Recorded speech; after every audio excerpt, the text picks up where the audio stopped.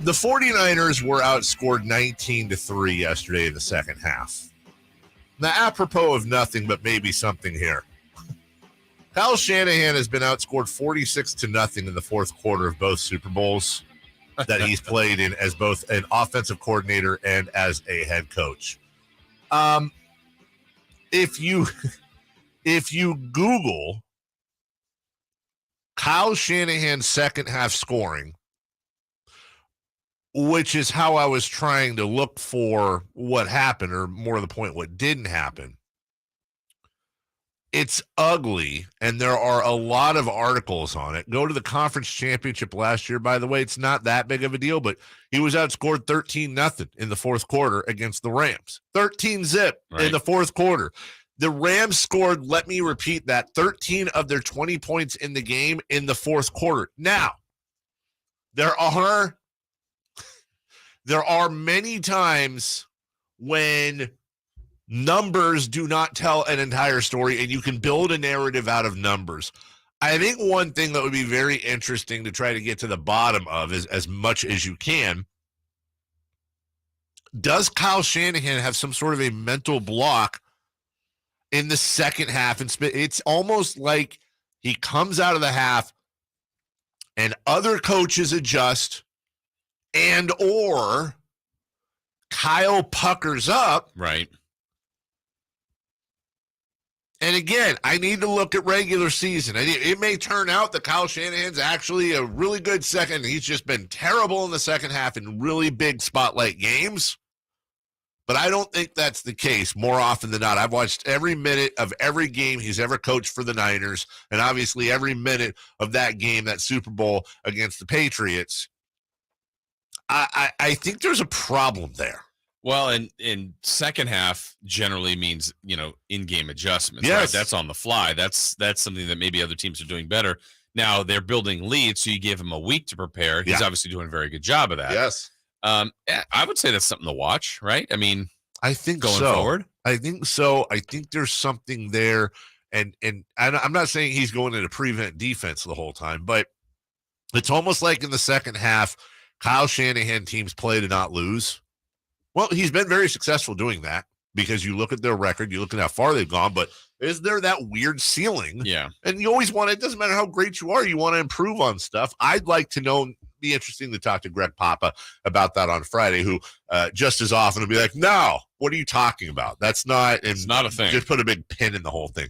Trey Lance, 13-28, 164 yards with one interception, and he did not like the fourth quarter at all. Fourth quarter for sure was the toughest, but man, we had so many opportunities. I had so many opportunities to make plays to run away with it far before that, where that wouldn't have been as big of a factor. Trying to do a 2-minute drill in that. Even when the Niners were winning, Rich is on the text line at 916-339-1140. They say you got to run Trey Lance a little bit more. Trey Lance had 13 carries for 54 yards. Part of that was Elijah Mitchell got hurt after only 6 carries, but they have Jeff Wilson Jr. They have a running back core. Deebo Samuel and Trey Lance were the two leading rushers for the team. Trey at 13, Deebo at 8. Yeah. And Mitchell did look good before the injury, too. He did, absolutely. Elijah Mitchell looked really good, averaging almost 7 yards a carry. Lance averaged a little over 4 yards a carry. 13 rushes, 54 yards is good. I got to be honest with you. First off, it's great because he's got a big body. He's a big body. Took a few too many hits for my liking. That's where I'm at. I did not like that at all. That's your quarterback. Right. 17 weeks to go, or 16 more. That's exactly right. You've got. I understand it's wet. You're trying to play field position, ball control, the whole thing. I'm not putting my quarterback up there. Yeah. But again, tinfoil hat. They've got Jimmy Garoppolo, so maybe part of them is like, listen, we're just going to play this in worst case scenario. I'm not insinuating or trying to say that the Niners are trying to get Trey Lance hurt so they can avoid the bad press of putting Jimmy Garoppolo in. What I am saying is that I think having Jimmy Garoppolo in the bullpen makes some of the play calling a little bit easier with Trey Lance. And they would never say this out loud. They would never publicly say this. But if Jimmy G got in, they would probably, rather is the wrong term, but it would be because of injury, not because they thought Trey's not getting it done. Yes. Now in the game that Trey played, the way he looked yesterday, there were specific plays that you go, wow, like they ran this because they have Trey Lance, quarterback. There was I want to say 3rd and 8, 3rd and 9. They just called a quarterback draw. Yep. He ran for 11, first down. There's a couple plays you go, all right, Jimmy can't do that. Now, there's also some throws that you go, much like we would say with Jimmy, you've got to make that throw. He missed some wide open receivers. He did.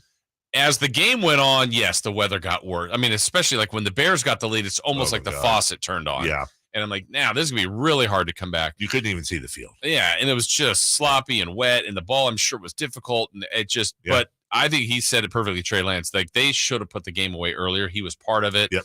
Losing Mitchell, a factor. Not having Kittle, a factor. Yeah. Penalties, a factor. But all we could do was break down his game, and I didn't think he was very good. He wasn't. Yeah, and I think he can be. Yes. But he wasn't yesterday. He wasn't very good. As you said, he showed flashes. Mm-hmm. There were definitely there were passes he completed. Yes. Jimmy Garoppolo could not have completed.